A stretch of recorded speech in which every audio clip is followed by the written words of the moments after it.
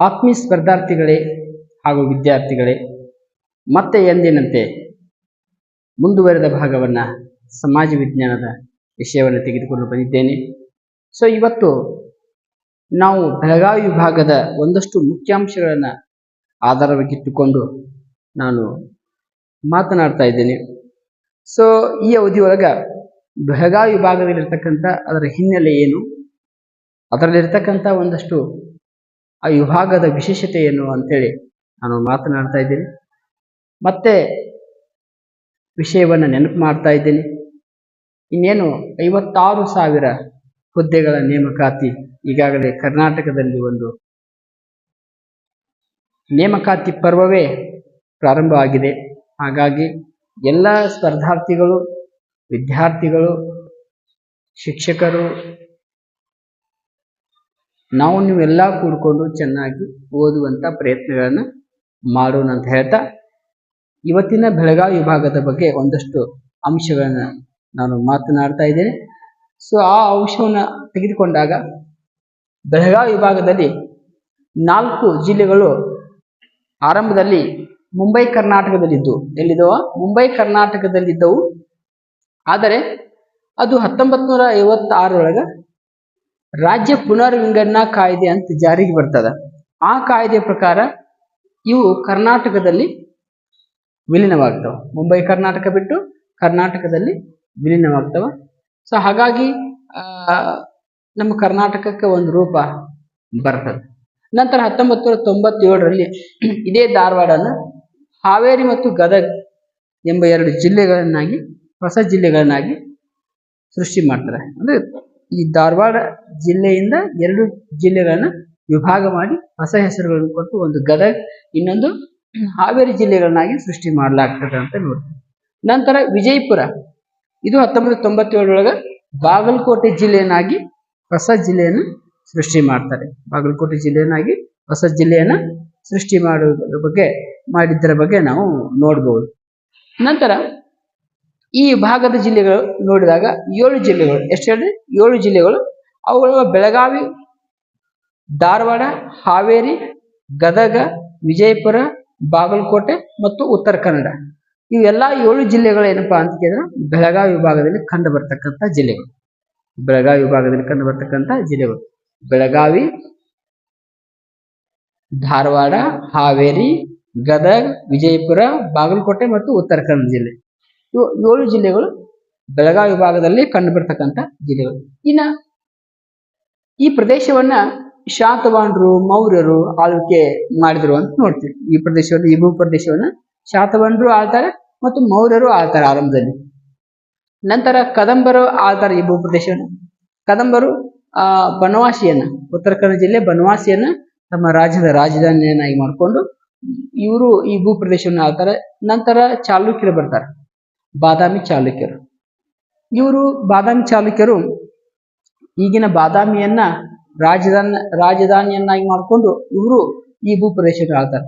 ಹಾಗೆ ಬಾದಾಮಿ, ಐಹೊಳೆ, ಪಟ್ಟದಕಲ್ಲು ಇವೆಲ್ಲ ಅಲ್ಲಿ ಬಾದಾಮಿ ಚಾಲುಕ್ಯರ ಒಂದು ಅದ್ಭುತವಾದಂಥ ಒಂದು ಶಿಲಾ ಶೈಲಿ ನಾವು ಇವತ್ತು ಕಾಣ್ಬೋದು.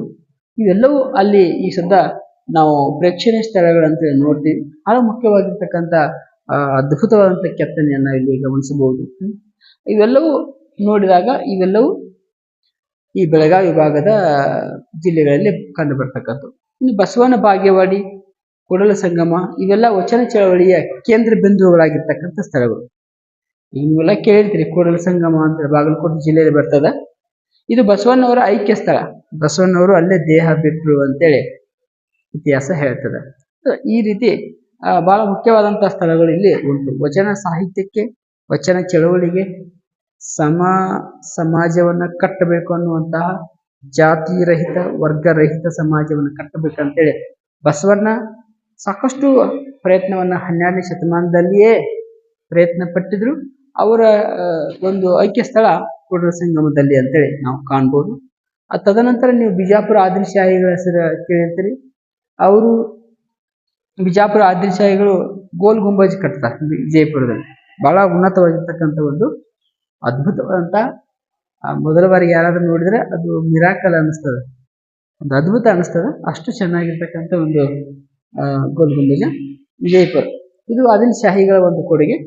ಅದೇ ರೀತಿ ಈ ಯಲ್ಲಮ್ಮನ ದೇವಸ್ಥಾನ ಸವದತ್ತಿ ಒಳಗೆ ಕೇಳಿರ್ತೀರಿ ನೀವೆಲ್ಲ.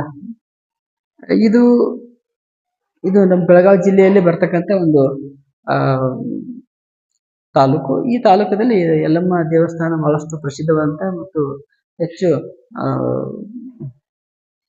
ಪ್ರಸಿದ್ಧವಾಗಿರ್ತಕ್ಕಂಥ ಒಂದು ಸ್ಥಳ ಅಂತೇಳಿ, ಪ್ರೇಕ್ಷಣೀಯ ಸ್ಥಳ ಅಂತೇಳಿ ನಾವು ನೋಡ್ತೀವಿ. ನಂತರ 1824 ಚೆನ್ನಮ್ಮ ಹೋರಾಟ ಮಾಡ್ತಾಳೆ. ಕಿತ್ತೂರು ಚೆನ್ನಮ್ಮ ಹೋರಾಟ ಮಾಡ್ತಾಳೆ. ತನ್ನ ಬಲಗೈ ಬಂಟ ಸಂಗೊಳ್ಳಿ ರಾಯನ್ನ ಕರ್ಕೊಂಡು ಆಕೆ ಹೋರಾಟ ಮಾಡ್ತಾ ಮಾಡ್ತಾ ಕಿತ್ತೂರನ್ನ ತನ್ನ ವಶಕ್ಕೆ ಇಟ್ಕೋಬೇಕು ಅನ್ನುವಂತ ಒಂದು ಮಹದಾಸೆ ಆಕೆಯದಾಗಿರ್ತದೆ. ಆಕೆ ಈ ಬ್ರಿಟಿಷರ ವಿರುದ್ಧ ಹೋರಾಟ ಮಾಡಿ ತನ್ನ ಸಾಮ್ರಾಜ್ಯ ಉಳಿಸ್ಕೋಬೇಕು ಅನ್ನುವಂತ ಒಂದು ಆಸೆ ಮತ್ತು ಮಹತ್ವಾಕಾಂಕ್ಷೆಯೊಳಗೆ ಆಕೆ ಹೋರಾಟ ಮಾಡಿದ್ದು ಹೆಚ್ಚು ಇವತ್ತು ಬಹಳ ಮುಖ್ಯವಾಗ್ತದೆ. ಸೊ ಆ ನಿಟ್ಟಿನೊಳಗೆ ನಾವು ತೆಗೆದುಕೊಂಡಾಗ 1824 ಆಕೆ ಹೋರಾಟ ಬಹಳ ಇಲ್ಲಿ ಮಹತ್ವವನ್ನ ಪಡಿತದೆ. ಉತ್ತರ ಕನ್ನಡ ಜಿಲ್ಲೆ ಒಳಗ ಕರ ನಿರಾಕರಣೆ ಸತ್ಯಾಗ್ರಹ ಅಂತ ಒಂದು ನಡೀತದೆ. ಇದೇ ಉತ್ತರ ಕನ್ನಡ ಜಿಲ್ಲೆ ಒಳಗ ಕರ ನಿರಾಕರಣೆ ಸತ್ಯಾಗ್ರಹ. ಕರ ಅಂದ್ರೆ ಏನಪ್ಪಾ ಅಂದ್ರೆ ಸುಂಕ ಅಂತ, ತೆರಿಗೆ ಅಂತ. ಇದನ್ನ ಬ್ರಿಟಿಷರು ಯಥೇಚ್ಛವಾಗಿ ಹಾಕ್ತಿದ್ರು. ಅದನ್ನ ನಾವು ಕೊಡಂಗಿಲ್ಲ, ಅದನ್ನ ನಿರಾಕರಣೆ ಮಾಡ್ತೀವಿ ಅಂತ ಹೇಳಿ ಇಲ್ಲೊಂದು ಹೋರಾಟ ಮಾಡ್ತಾರೆ, ಕರ ನಿರಾಕರಣೆ ಸತ್ಯಾಗ್ರಹ ಅಂತ. ಇದೊಂದು ಬಹಳ ಮುಖ್ಯ ಆಗ್ತದೆ. ಇನ್ನು 1924 ಕಾಂಗ್ರೆಸ್ ಅಧಿವೇಶನ ನಡೀತದೆ. ಮಹಾತ್ಮ ಗಾಂಧಿಯವರ ಮೊದಲ ಮತ್ತು ಕೊನೆಯ ಒಂದು ಕಾಂಗ್ರೆಸ್ ಅಧಿವೇಶನದ ಅಧ್ಯಕ್ಷತೆಯನ್ನು ವಹಿಸಿರ್ತಾರವ್ರ. ಆ ಒಂದು ಅಧಿವೇಶನ ನೋಡಿದಾಗ ಅದು 1924 ಇದು ಬೆಳಗಾವಿ ಒಳಗೆ ನಡೀತದೆ. ಅವರು ನಮ್ಮ ಕರ್ನಾಟಕದ ಏಕೀಕರಣಕ್ಕೆ ಪ್ರೋತ್ಸಾಹ ಸಹ ಮಾಡ್ತಾರೆ. ಯಾರು? ಮಹಾತ್ಮ ಗಾಂಧಿಯವರು. ಸೊ ಇವೆಲ್ಲ ನೋಡಿದಾಗ ನಮ್ಮ ಬೆಳಗಾವಿ ವಿಭಾಗದಲ್ಲಿ ಒಂದಷ್ಟು ಮುಖ್ಯವಾದಂತ ಘಟನೆಗಳು ನಡೆದಿದ್ರ ಬಗ್ಗೆ ನಾವು ಗಮನಿಸಬಹುದು. ಇವೆಲ್ಲವೂ ಮುಂಬರುವ GPSTR, PSTR, FDA ಎಲ್ಲಾ ಪರೀಕ್ಷೆಗಳಿಗೂ ಅನುಕೂಲ ಆಗಲಿದೆ ಅಂತೇಳಿ ಹೇಳ್ತಾ, ಮತ್ತು ನಮ್ಮ ಶಾಲಾ ವಿದ್ಯಾರ್ಥಿ ಉದಾಹರಣೆಗೆ 6ನೇ ತರಗತಿಯ ಸಿಲೆಬಸ್ಗಳಲ್ಲಿ ಇದು ಎಲ್ಲ ವಿಷಯ ಕಂಡು ಬರ್ತದೆ. ಸೊ ಹಾಗಾಗಿ 6ನೇ ತರಗತಿ ವಿದ್ಯಾರ್ಥಿನಿಗೆ ಇದರ ಅನುಕೂಲ ಆಗುತ್ತದೆ ಅಂತೇಳಿ ನಾನು ಭಾವಿಸ್ತಾ ಇದ್ದೀನಿ. ಹಾಗಾಗಿ ಇದು ಎಲ್ಲ ವಿಷಯವನ್ನ ಒಂದಷ್ಟು ಸಮಯ ತೆಗೆದುಕೊಂಡು ನೀವು ಈ ವಿಡಿಯೋವನ್ನ ಪೂರ್ತಿಯಾಗಿ ಅದನ್ನ ಪರಿಪೂರ್ಣವಾಗಿ ನೋಡಿ ಅದನ್ನ ನೀವು ತಿಳ್ಕೊಂಡಿದ್ದಾದ್ರೆ ಹೆಚ್ಚು ನಿಮಗೆ ಫಲಕಾರಿ ಆಗಲಿದೆ ಅಂತೇಳಿ ಹೇಳ್ತಾ, ಇವತ್ತಿನ ಇದು ಚಿಕ್ಕ ಕ್ಲಾಸ್. ನಾವು ಈಗ ಆರಂಭದಲ್ಲಿ ಚಿಕ್ಕ ಕ್ಲಾಸ್ಗಳು ಮಾಡ್ತಾ ಸಣ್ಣ ಲೆಂದಿ ವಿಡಿಯೋಗಳನ್ನು ಮಾಡ್ತಾ ಇಲ್ಲ, ಸಣ್ಣ ಕ್ಲಾಸ್ಗಳನ್ನ 5 ನಿಮಿಷ 10 ನಿಮಿಷ ಇಂಥ ತರಗತಿಗಳನ್ನ ಮಾಡ್ತಾ ಇದ್ದೀವಿ. ನಾವು ಮುಂಬರುವ ದಿನಗಳಲ್ಲಿ ಹೆಚ್ಚಿನ ಒಂದು ವಿಷಯವನ್ನ ಮಂಡನೆ ಮಾಡುವಂತ ಕೆಲಸ ಮಾಡ್ತೀವಿ ಅಂತ ಹೇಳ್ತಾ ಇವತ್ತಿನ ಈ ತರಗತಿಯನ್ನ ಮುಗಿಸ್ತಾ ಎಲ್ಲರಿಗೂ ನಮಸ್ಕಾರ, ಶುಭ ಸಂಜೆ.